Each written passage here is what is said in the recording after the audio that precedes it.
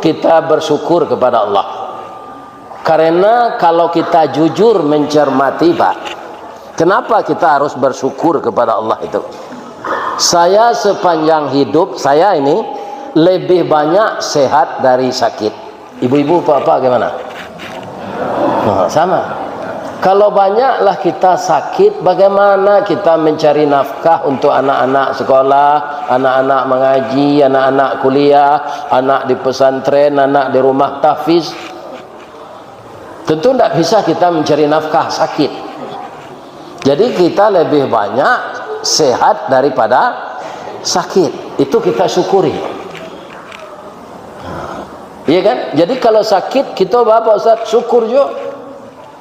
Seperti Nabi Ayub. Ibu-ibu tahu enggak berapa Nabi Ayub lamanya sakit? Berapa tahun? 7 balik, Pak. 7 balik tahun. Enggak diselemo tu dah. Enggak covid tu dah. Badan dikada kasadonyo busuk anyi atau dimakan dek ulik. Iya kan? Di sisihan tinggal ke dalam rimbo, takui orang menular. Badan sakit di sisihan ke rimbo, takui orang menular. Seharusnya saya nama melihara beliau secara layak. Istri, Pak. Istri beliau merampe, kutiko Nabi Ayub ko sakit, nyo minta carai. Jadi ibu tiru itu lah. Suami sakit patut dirawat, awak minta carai. Itu padusi geladi ya teman. Iya kan? Kutiko sehat sesayang ke suami. Nah, tapi Nabi Ayub ini tetap bersyukur dan sabar.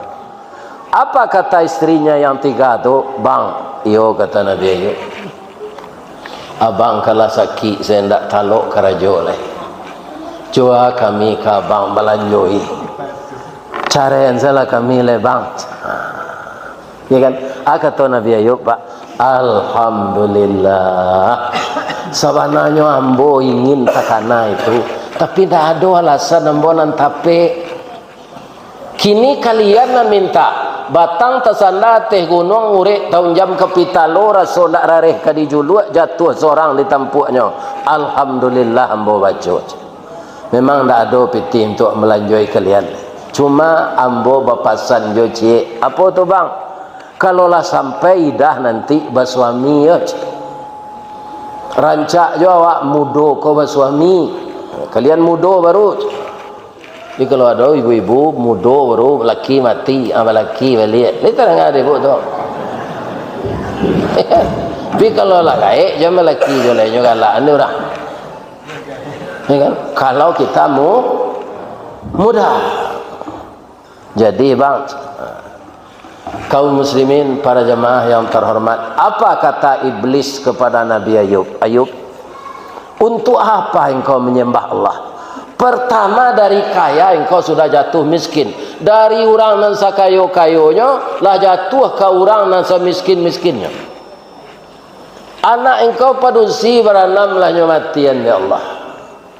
Kok dapat anak padusi ibarat cincin jari manis balahan nyawa badan diri.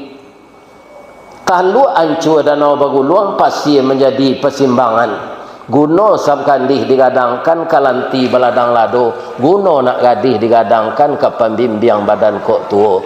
Tapi anak engkau telah mati. Allah telah marah kepada engkau. Kemudian engkau sakit yang seperti ini. Untuk apa menyembah Allah lagi? Kata iblis. Apa kata Nabi Ayub? Semenjak saya jatuh miskin, kemudian anak saya meninggal, dan setelah itu saya sakit seperti ini, engkau tidak menyangka saya sudah tahu semuanya. Yang meminta saya seperti ini engkau kepada Allah. Engkau lupa saya ini Nabi. Kok ketua KPU nyage cobaan di Allah mau diembokwa ayo sensaro. Tapi ambo Nabi. Apa saja yang engkau bisikkan kepada saya, iman saya tidak akan goyang. Jadi Nabi Ayub itu mendapat musibah, ndak innalillahnya baca doa Pak. Ini iman yang luar biasa. Apa saja musibah nak datang, lai boleh Allah diupik. Ndak boleh Pak, kerana itu kehendak Allah. Allah tidak harus kita berkecil hati apa yang didatangkannya. Iya kan?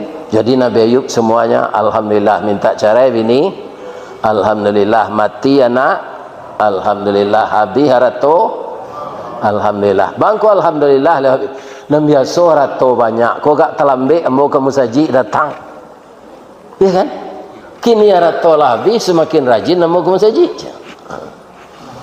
Jadi harta ini ternyata menghalangi saya beribadah.